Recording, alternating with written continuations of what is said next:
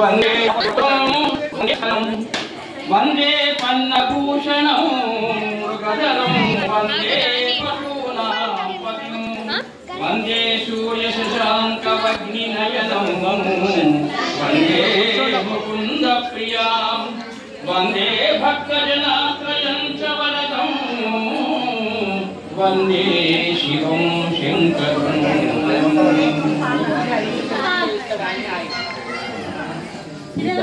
పరమ పవిత్రమైనటువంటి యొక్క కార్తీక మాసం, అందులోకి ఈరోజు మాస శివరాత్రి. మాస శివరాత్రి ప్రతి నెలలో కూడా శివరాత్రితో సమానమైనటువంటి ఈశ్వరుడైన ఇప్పటి ఒక పరమాత్ముడు లింగోద్భవం అనేటువంటిది త్రయోదశి వెళ్ళగా చతుర్దశి నాడే లింగోద్భవమైనటువంటి ఒక అది బ్రహ్మ విష్ణువులకి ఇద్దరికీ కూడా పరీక్షించినటువంటి యొక్క పవిత్రమైనటువంటి ఒక రోజు. అందులోకి పవిత్రమైనటువంటి ఒక కార్తీక మాసము. ఈ కార్తీక మాసంలో ధర్మాచరణ అన్నారు. ధర్మ విశ్వే జగత్ ప్రతిష్ఠ అని వేదవచనం చెప్పారు. అంటే సమస్తమైనటువంటి యొక్క ఈ జగన్నంతా కూడా ఆ పరమాత్మ యొక్క ఆధీనంలోనే నడుస్తుంది.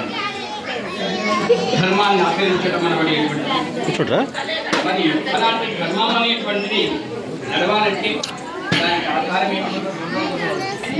ఆ యుగంలో పనిచేస్తూ. అందుకే భగవంతుడు ప్రతి యుగంలో లోకానికి సంక్షుబ్ధం చెందినప్పుడల్లా ఒక అవతారం ఎత్తుతూ ఉంటాడు. ధర్మాన్ని అదుపులో పెట్టి లోకాన్నంతా కూడా సక్రమంగా నడిపించేటువంటి ఒక పరమాత్మ. కృత, త్రేత, ద్వాపర, కలియుగం ఈ 4 యుగాల్లో మరి కృతయుగం అనేటువంటిది 9,72,000 ప్రమాణమైనటువంటి ఒక కృతయుగం. కృతయుగంలో ధర్మం నడిచింది 4 పాదాలు. త్రేతాయుగంలో 8 లక్షల పై చిదర ఉండబడేటువంటి ఒక త్రేతాయుగం. మరి త్రేతాయుగంలో ఒక పాదం లుప్పించిపోయింది. మరి ఆ పాదం లుప్పించడానికి కారణం ఏమిటి అంటే మానవ జన్మ అనబడేటువంటి ఒక ప్రతివాడు కర్మ అంటూ అనుభవిస్తూ ఉంటారు. అవయవాలన్నీ ఉన్నటువంటి ఒక మానవ అంటే మనస్సుతో ఉండబడేటువంటి ఒక వాడు.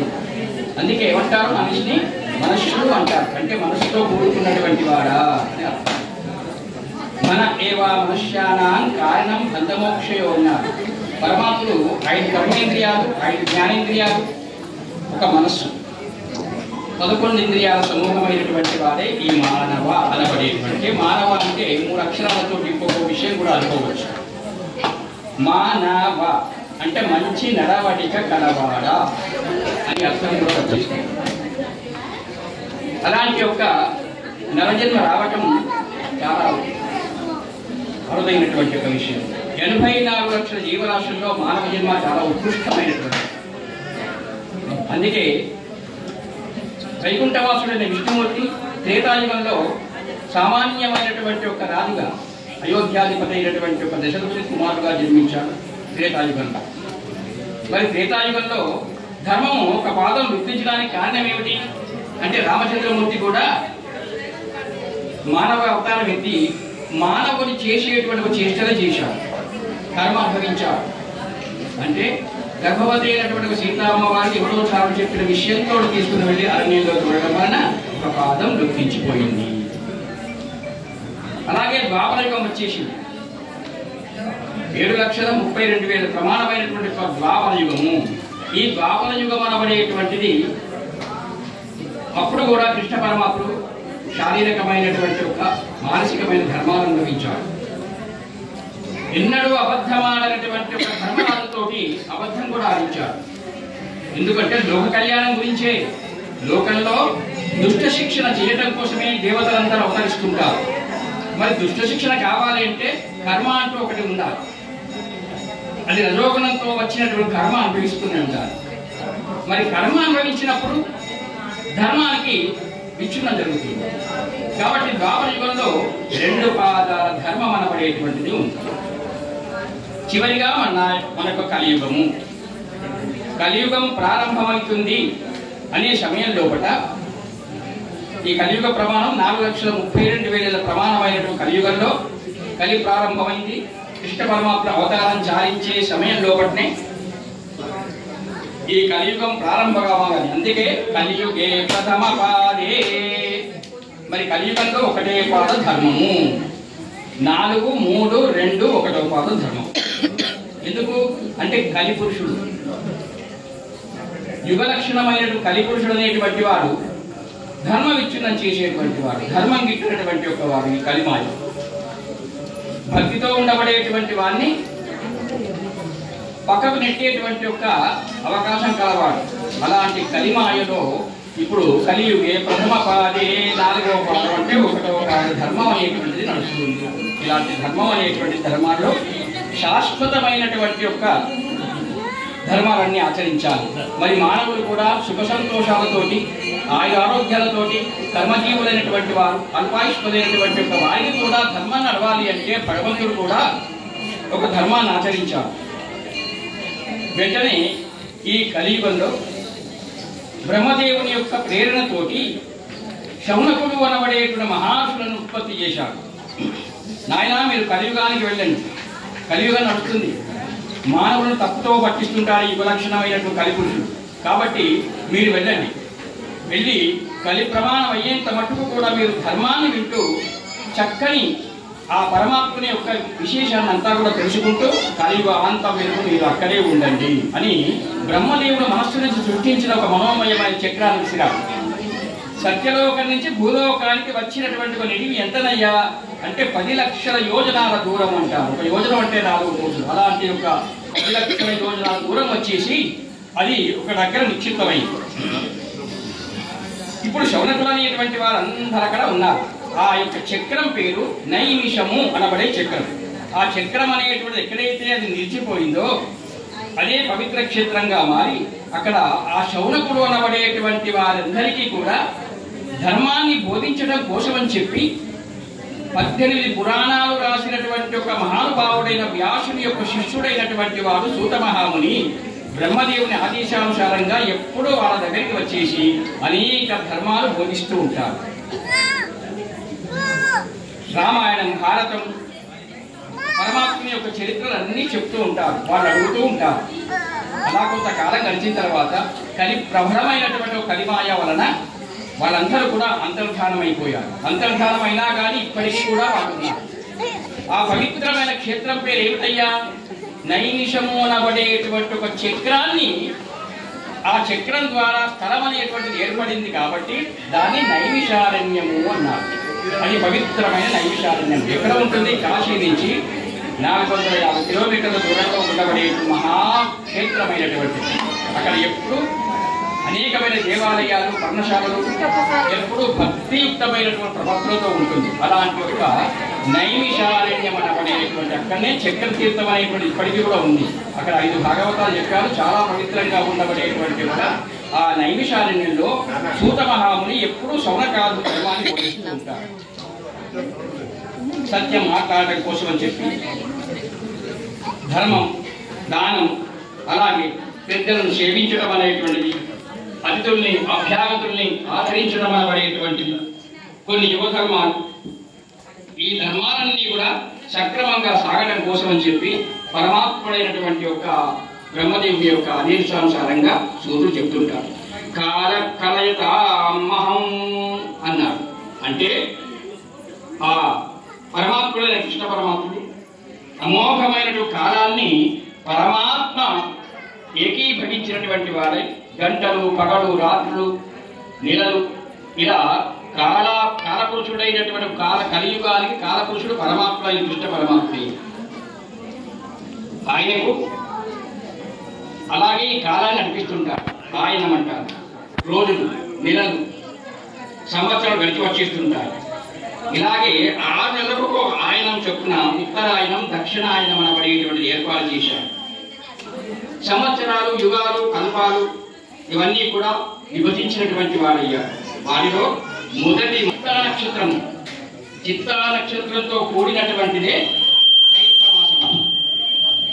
అలాగే విశాఖ నక్షత్రంతో కూడినటువంటిది వైశాఖ మాసం అన్నారు.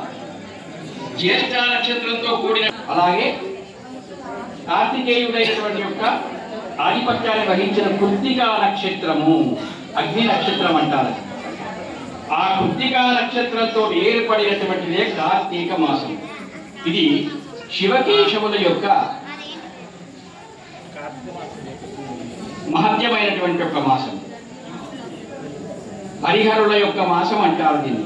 ఇలాంటి ఒక కార్తీక మాసం అనబడేటువంటిది ఒక్కొక్క మాసంలో ఒక్కొక్క ధర్మాలు, అనేకమైన దానాలు ధర్మాలు అన్నింటిలో ఉన్నాయి. అందుకే మనకు 5 కాలాలు ఇచ్చాడు పరమాత్ముడు. పగలు 5 కాలాలు, రాత్రి 5 కాలాలు. ప్రాత సంగమ మధ్యాహ్న అపరాహ్న సాయంకాలము అన్నాడు. అందుకే భగవంతుడు నాయన ఎలాంటి పాపాలు చేయకుండా ధర్మాన్ని ఆచరించి నా దగ్గరికి రమ్మని చెప్పి ప్రతి విషయంలో మనకు ధర్మాన్ని బోధిస్తున్నాడు.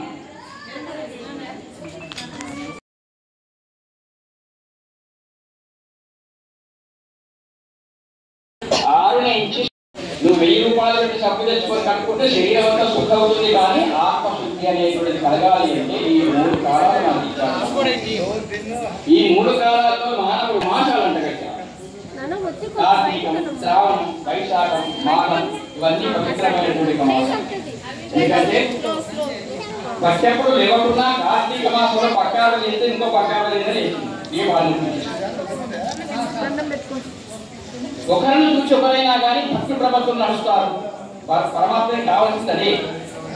ఏ విషయంతోనైనా పర్వాలేదు, భక్తి భావనతో మానవుడు నడవాలి, తన పాపాలు పోవాలి అనుకుంటాడు. సౌజన్యమైన హృదయం కలవాడు పరమాత్ముడు నారాయణమూర్తి.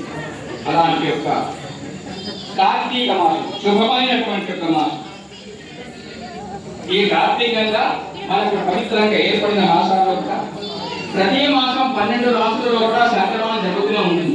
ఇప్పుడు తులారాశి సంక్రమణంలో కార్తీక మాసం అనబడేటువంటిది ప్రారంభమైంది. మనకు కార్తీక మాసంలో మానవుడు తరించడానికి, పాపాలు పోవడానికి అనేకమైనటువంటి యొక్క దాన ధర్మాలు, దీపదానాలు, అన్నదానాలు, అనేకమైనటువంటి దాన ధర్మాలు కూడా మనకు పరమాత్మ ఇచ్చేశాడు. దాన యజ్ఞ వ్రతాత్మక సర్వాకామ వ్రతస్మృత యస్మిన్ స్నానం చ దానం చ భవేత్ కోటి గుణాధికం. ధరించడానికి పొద్దున్నే లేవాలని చెప్పారు కదా, స్నానం చేయటము. అలాగే స్నానం చేసి దీపారాధన ఈ కార్తీక మాసంలో పరమాత్మకి ప్రీతికరమైనటువంటి. ఎందుకంటే దీపారాధన త్రిశంకుడు అనబడే మహారాజు. ఎవరయ్యా అతను అంటే ఇక్ష్వాకు వంశం నుంచి వచ్చినటువంటి ఒక మహానుభావుడు, చక్రవర్తి. అలాంటి యొక్క త్రిశంకునికి స్వర్గం పోవాలి అంటే బ్రతికుండగానే స్వర్గానికి వెళ్ళాలి అనే భావన కలిగి ఆ కోరికతోటి తన కులగురువు అయిన వశిష్ఠుడ వారిని అడిగారు. వశిష్ఠుడ వారు అన్నారు, ఇది ధర్మ విరుద్ధన్న ఆయన, ఇది కుదరదు, ఇది నేను చెయ్యను అన్నారు. వెంటనే ఆ మహారాజు విశ్వామిత్రుని ఆశ్రయించాడు. విశ్వామిత్రుడు ఇంతే కదా అన్నాడు. గొప్పగా తపస్సును ఆచరించాడు, తపస్సు దానపోశాడు. ఆ తపస్సు దానం వలన త్రిశంకుకు స్వర్గానికి వెళ్ళడానికి ప్రయత్నం చేయించాడు. స్వర్గానికి వెళుతున్న త్రిశంకు అలా వెళుతుండగానే ఇంద్రుడు వజ్రాజంతో ఒక్కసారి తనని కిందికి పట్టేశాడు. కిందికి వస్తున్నటువంటి ఒక త్రిశంకును ఒక్కసారి విశ్వామిత్రుడు మధ్యలో ఆపేశాడు. ఆపేసిన తర్వాత సృష్టిని మళ్ళీ చేస్తానని చెప్పి ప్రతిజ్ఞ పూనినటువంటి ఒక విశ్వామిత్రుడు పునఃసృష్టి ప్రారంభం చేశాడు. అనేకమైన జీవాలను సృష్టింపు చేశాడు. దేవతా విగ్రహాలు 33 కోట్ల దేవతా విగ్రహాలన్నింటినీ కూడా అదనం చేశాడు. అన్నింటినీ తయారు చేశాడు. వాటన్నిటికీ ప్రాణం పోయాలంటే మళ్ళీ తపస్సు ఆచరించాడు. నారికేలం నరుడు అనబడేటువంటి వారిని సృష్టింపజేశాడు. ఇవన్నీ సృష్టి అయిపోయిన తర్వాత దేవతలకు ప్రాణం పోయే సమయంలో కూడా బ్రహ్మదేవుడి దగ్గరికి అందరూ వెళ్ళారు. అయ్యా, తతంగం ఎట్లాగో మారిపోతుంది, ఇద్దరు విష్ణువులు, ఇద్దరు శంకరుడు, అనేకమైన సృష్టి వేరే అవుతుంది, ఇదేదో ప్రళయంగా ఉంది, దీన్ని ఆపేయాలి. అప్పుడు ఇంద్రుడు బ్రహ్మ వచ్చేసి విశ్వామిత్రుని అడిగారు, నాయన ఏం కావాలి?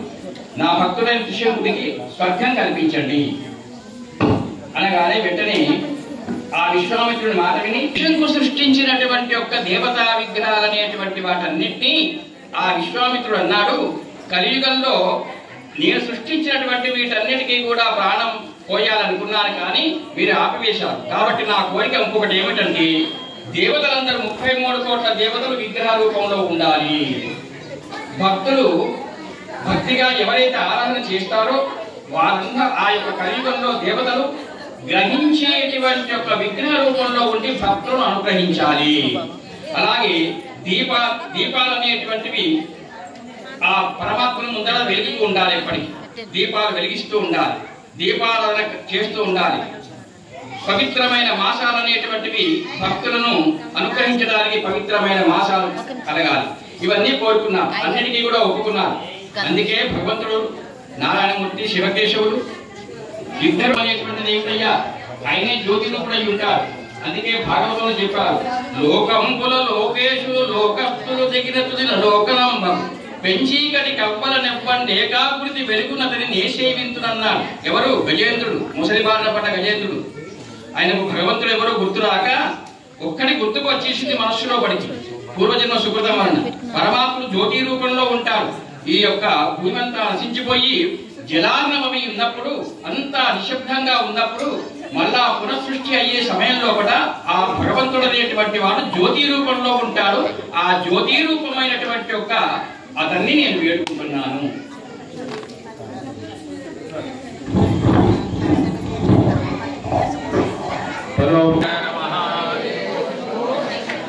భక్తులందరికీ మనవి, జీవితం ఏ విధంగా సృష్టించాలో, మనము భగవంతుడికి అంకితమైనటువంటి సేవలు అనేటువంటి చేసేటువంటి రోజులు కాబట్టి భగవంతుడు నిత్యం ఆరాధన చేసేటువంటి దాంట్లో కొన్ని పవిత్రమైనటువంటి మాసాలు, కొన్ని పవిత్రమైనటువంటి రోజులు ఇవన్నీ మనకు సృష్టించాడు.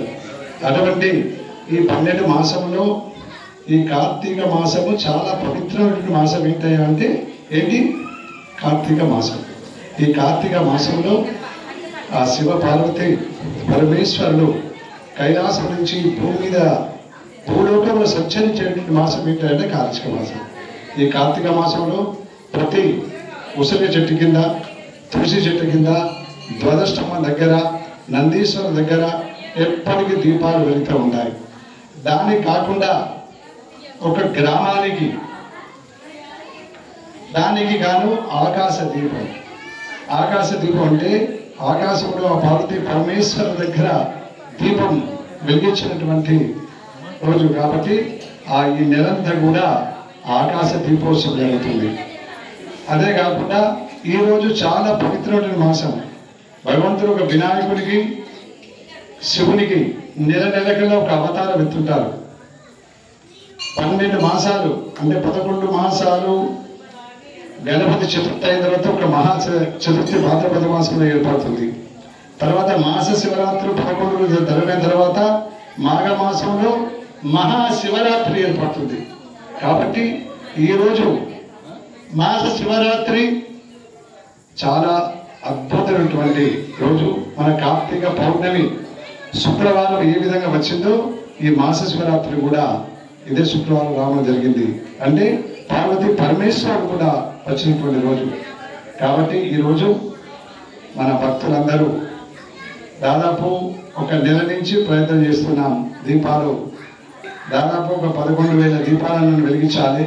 ఆలయాన్ని మొత్తం శుద్ధి చేసి చక్కగా దీపోత్సవం చేయాలి అని ఎన్నో సంకల్పం చేశాం. అయినా కానీ వచ్చినటువంటి భక్తులు చాలా శ్రద్ధ భక్తితోని దీపోత్సవ కార్యక్రమం చేశారు. అదే మాదిరిగా ఈ దీపారాయణ కూడా కార్తీక మాసం కూడా దీని మహత్యం గురించి చెప్పడానికి మన సత్యనారాయణ సిద్ధాంతి గారిని కూడా మంచిరాన్ని చూడ ఒక 40 నిమిషాలు ఇక్కడ మా ఆలయానికి వచ్చి దీని గురించి చెప్పాలనేటువంటి వారు చెప్పి సంకల్పం చేసి తీసుకురావడం జరిగింది.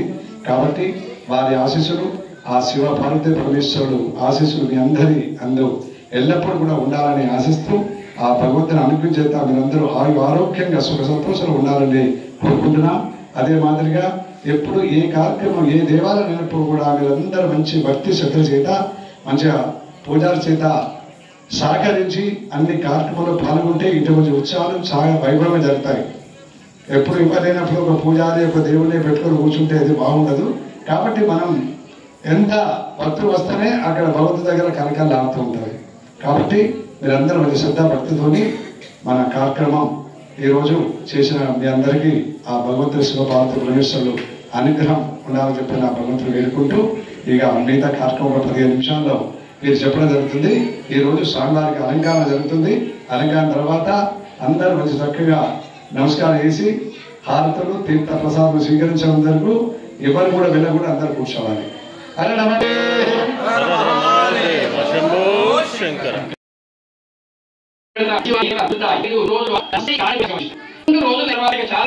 అయ్యో ఇంకొక 11 ఎలా తెప్పించుకున్నాడు దేవుడు పరమాత్మ సన్నిధానంలోకి నేర్పించుకుంటాడు. అందుకే అన్నాడు, నాయన భక్తుడైన వాడు ఎవరైనా ఒక్క అడుగును ముందుకు వేస్తే 11 అడుగులు నేను నడిపించుకుంటాను అన్నాడు. కాబట్టి అలాంటి ఒక విషయంతో సోమర్తనం లేకుండా దీనికి సదాచారం ఒకటే మార్గం అన్నారు సోదరులు అనేటువంటి వారు.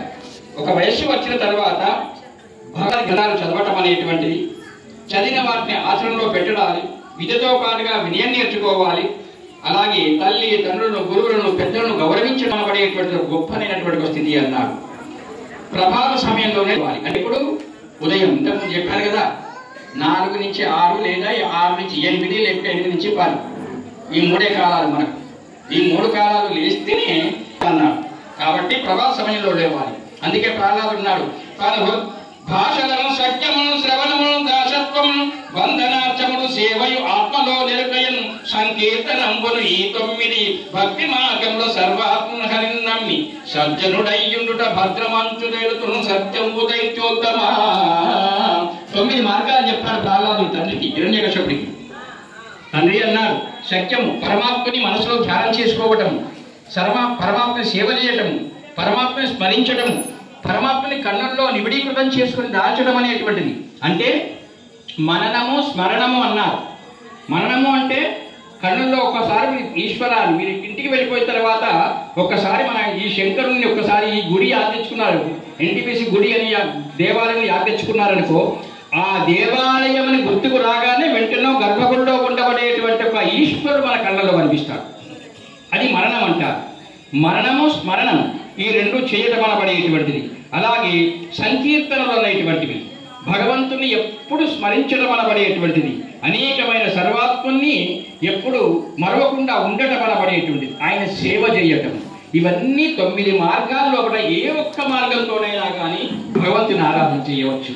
కాబట్టి ఇలాంటి యొక్క వర్తిదల్లో చేయరని చెప్పే కనీసానికి ఈ పవిత్రమైన కార్తీక మాసంలోనైనా కానీ దాన ధర్మాలతోటి, అన్నదానాలతోటి, అలాగే దీపదానాలతోటి తేజస్సు అయినటువంటి ఒక దీపాన్ని దానం చేయడం వలన ఈ యొక్క శరీర తేజస్సు కలుగుతుంది.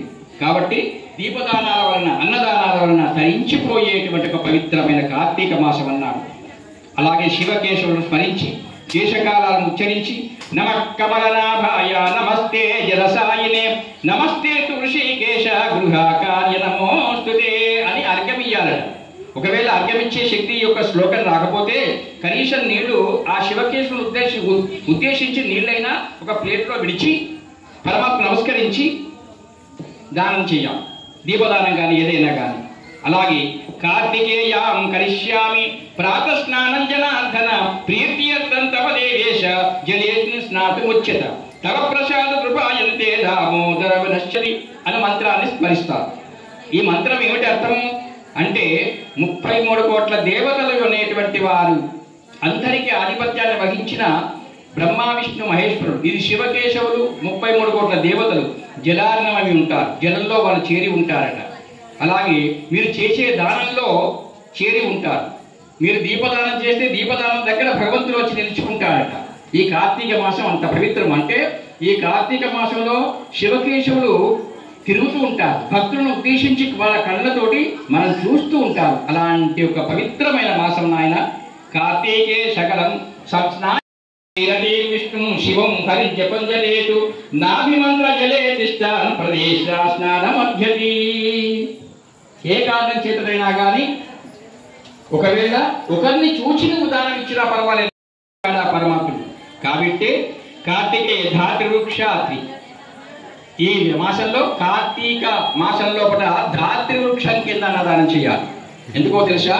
మహర్షులు అనేటువంటి వారు సర్వతీర్థాలు ఆ ధాత్రి వృక్షం కింద చేరి ఉంటాయట. దేవతలు, ఋషులు సర్వతీర్థాలు చేరి ఉంటారు. అందుకే ఆ కార్తీక మాసంలో అన్నదానం చేయాలంటే కనీసం మీరు టిఫిన్ చేసినా పర్వాలేదు. ఆ చెట్టు కింద మీరు ఎప్పుడైతే ఆ వృక్షం కింద భోజనం చేస్తారో అమృతమైనటువంటి యొక్క గాఢత ఆ అన్నంలో కలిసిపోయి మనకు శరీర ఆరోగ్యమే కాకుండా అనేకమైన ఆ దాసినారాయణ కోరికలు కూడా ఇచ్చేస్తారట. కాబట్టి అన్నదానము దాసి చెట్టు కిందనే భోజనం చేయాలి. ఒక్క పూటైనా పర్వాలేదు. నెల రోజుల లోపల ఒక్క రోజైనా కానీ ఉచిత చెట్టు కింద తప్పకుండా భోజనం చేస్తే చాలు, అమృతాన్ని సేవించిన పూట మీకు కలుగుతుంది అన్నారు. ఇలాంటి రోగాలు బాధలు కానీ అనారోగ్యం కూడా కాదు. కాబట్టి దామోదరాయ నమః సగప్రదాపమే ప్రయచ్చ నమో అనంతాయ విష్ణునా ఉదయం దీపాచరతి దీపదానం. ఈ కార్తీక మాసంలో దీపదానం ఇవ్వడం, అన్నదానం చేయడం, ఇలాంటివన్నీ కూడా పవిత్రమైన ఈ మాసానికి ఇచ్చాను కానీ వేరే మాసానికి దేనికి ఇవ్వడం. కాబట్టి మానవ అనబడే మానవుడు ప్రతివాడు కూడా ఈ కాలంలో కూడా అందరూ భక్తులే. నిజానికి కూడా అనుకోవాలంటే భక్తి ప్రపత్తులతోటి మాసం వచ్చేసింది అంటే అందరి మనస్సులో ఆ భగవంతుని పైన చేరి ఉంటారు. పొద్దున్నే లేవాలనుకుంటారు, చలి పెట్టినా లేస్తారు. కొంతమంది నల్లీలు స్నానం చేస్తుంటారు. ఎందుకు అంటే మనస్సును అక్కడ పెట్టారు.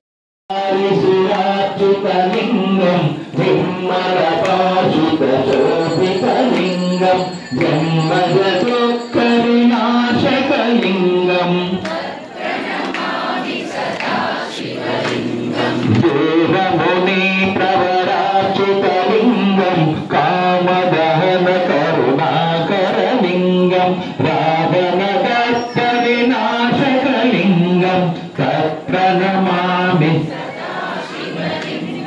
సర్వసుగంధ సులేపితలింగం బుద్ధి నివర్ధన కారణలింగం సిద్ధ సురాసురవందితలింగం తత్ప్రణమామి కనక మహామణి భూషితలింగం పనిపతి వేష్ణిత శోభితలింగం దక్ష సుయజ్ఞ వినాశకలింగం తత్ప్రణమామి కుంకుమ చందన లేపితలింగం పంకజహార సుశోభితలింగం సంచిత పాప వినాశకలింగం తత్ప్రణమామి సదా శివలింగం దేవగణార్చిత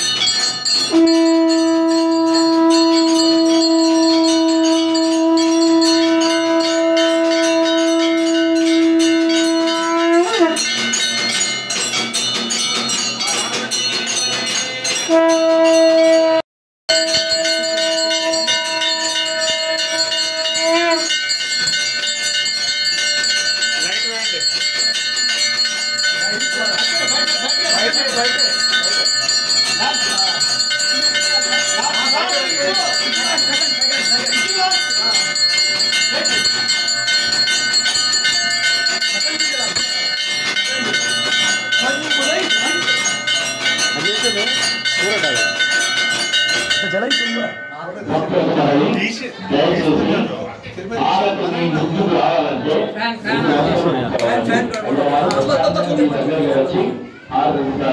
దయచేసి సహకరించగలవు. ఒకరి మీద ఒకరి మాత్రం 2 వర్షాల్లో దయచేసి కూర్చోవాలి. అమ్మా అందరు కూడా 2 వర్షాలు आप इसके पहले भी भेजे थे मेरे सर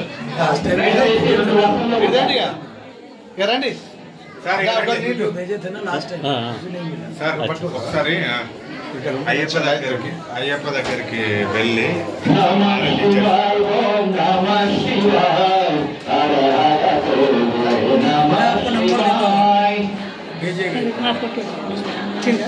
వచ్చింది తీసుకోండి ఎక్కడ ఉంటా ఉండండి తీస్తాను నమః శివాయ ఓం నమః శివాయ హర హర బోలో నమః శివాయ. हाँ मेरा भी लेना है मैं भी जाता हूँ आप भी जाइए इसमें ले जटाधराय शिव जटाधराय हर हर बोले नमः शिवाय. हर हर बोले नमः शिवाय. नमः शिवाय ओम नमः शिवाय हर हर बोले नमः शिवाय. అందరూ బయటకు వెళ్తే బాగా రమణి చేస్తే బయట తీసుకో गंगाधराय शिव गंगाधराय हर हर बोले नमः शिवाय.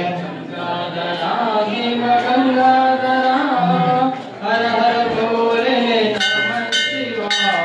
नमः शिवाय ओम नमः शिवाय हर हर बोले नमः शिवाय. ओम नमः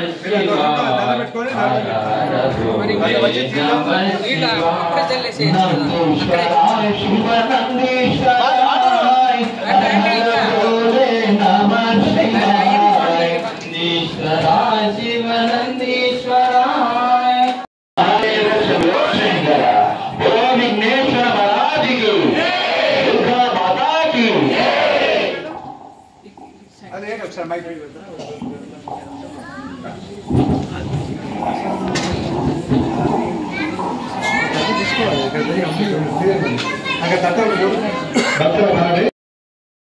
నది దగ్గర తీసుకొని ఇక్కడ వచ్చి తీర్థ ప్రసాదం తీసుకోవాలి. ఒక్కొక్కరు లైన్ తో మన మహాశివరాత్రి రోజు కదా కవర్లు అవన్నీ బయట పెట్టండి. అవి रुद्राय कल्पांत रुद्र वीर रुद्र